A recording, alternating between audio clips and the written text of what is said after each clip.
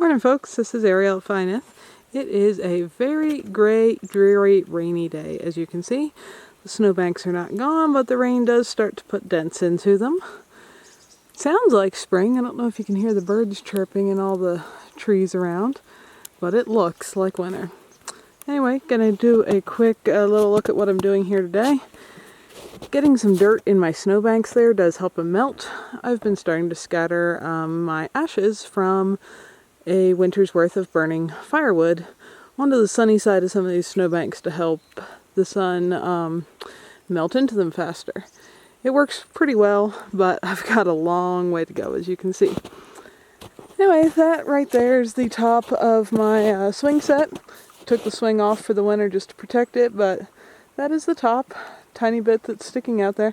Under it is my fire pit. If you've seen pictures in the summer, you'll know what that looked like, but it's going to be a long time before I can build a fire in there again. Anyway, the main point of this video is I'm going to come under the trees over here. Oh look, moose poop. To my firewood pile. Just to give you some perspective, here is the firewood. There's the house and the back of my van. Anyway, the big firewood pile you're looking at right now is for that outdoor fire pit. These logs are far too large to fit in my mini wood stove inside. Back here, this is not going to be very pretty right now. These logs were actually a green tree, a couple of green trees that blew down. They're just stacked there in rounds waiting until they dry out for a year or two to be usable as firewood. So that's what that pile is. But my actual firewood supply, this is what it looks like. I built myself this little frame. I don't know if the snowbank will let me get back far enough to see it, but it's basically a box made out of pallets. Had a center ridge pole I screwed together here out of some scraps. And then what it did have was a very nicely sloped tarp shed roof. Now, as you can see, my roof has fallen to pieces. Part of the reason my wood pile is back here and not somewhere handy or closer to the house is that under these trees, they're so dense that they usually do not get a whole lot of snow under them. Even this year, there is not a lot of snow. If you look at the depth on this path, compared to the depth over there by my house, there's a significant difference. But we have so much snow this year. The mountains have over 520 something inches now, probably more than that. That was a few days ago.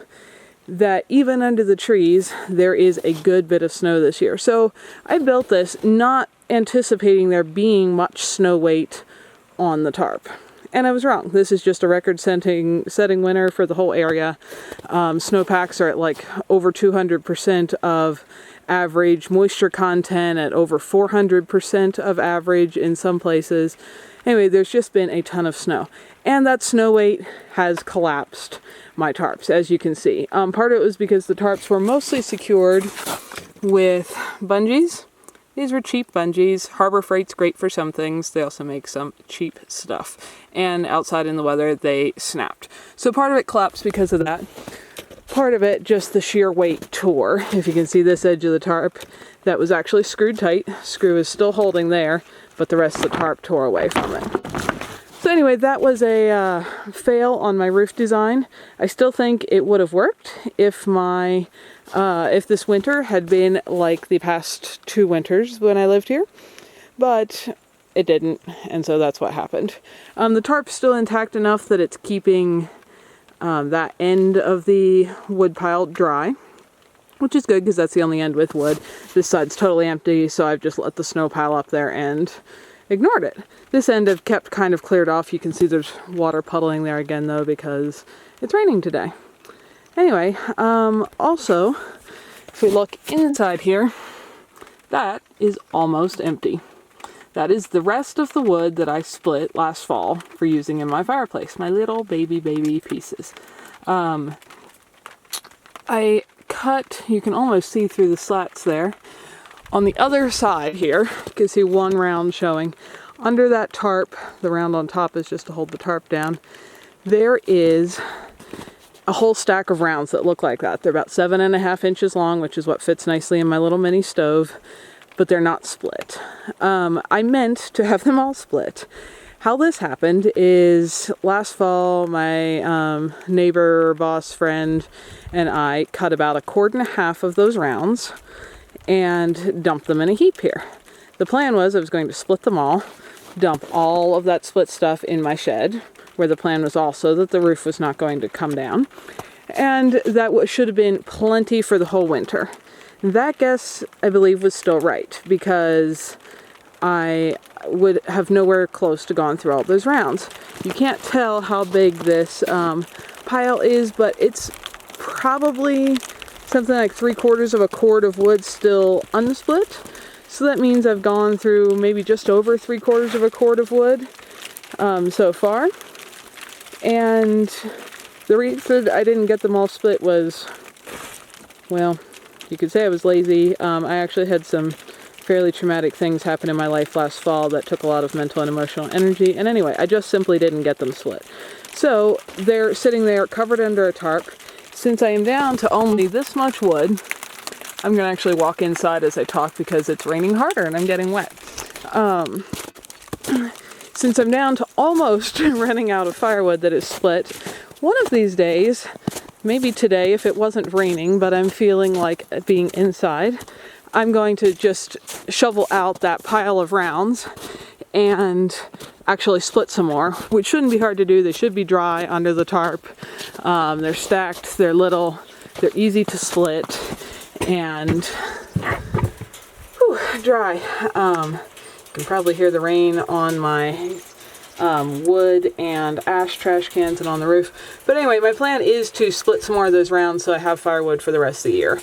It's there, it's handy, it's dry, it just has to be split to fit it in the wood stove. So anyway, that's part of the chores I'm going to have to do here, just because I didn't do it last fall when I should have. And had it been a less cold and snowy winter, I may not have even needed the rest of that, but it was cold. It is certainly snowy, and I do need it. In addition to my outside wood pile stuff that I just talked about, here I just wanted to give you a quick glimpse. If you haven't seen my other videos or the rest of my channel or my blog or any of that, this is my little wood stove. This is what the wood that is chopped so small out there is going into. As you can see, it is burning right now. It is toasty and warm in here despite the damp, wet, rainy weather outside. I don't know if you can hear the rain on the roof. It's a pleasant sound on the metal roof. There's lots of insulation, so it's just a nice rain sound, not a like deafening tin roof sound. But anyway, the stove keeps this place plenty hot. Really too hot, actually. The thermometer says it's about 86 degrees in here.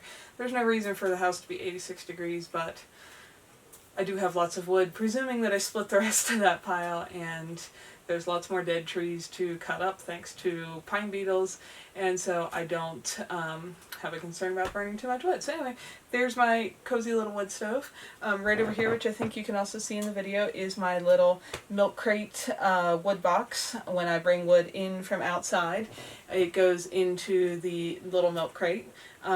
Stays far enough away from the fire, there's no worry about it combusting, but also close enough that if there is any moisture or snow, whatever that fell on it as I carried an armload in, it gets nice and toasty dry, being that close to the heat, and ready to go in the wood stove.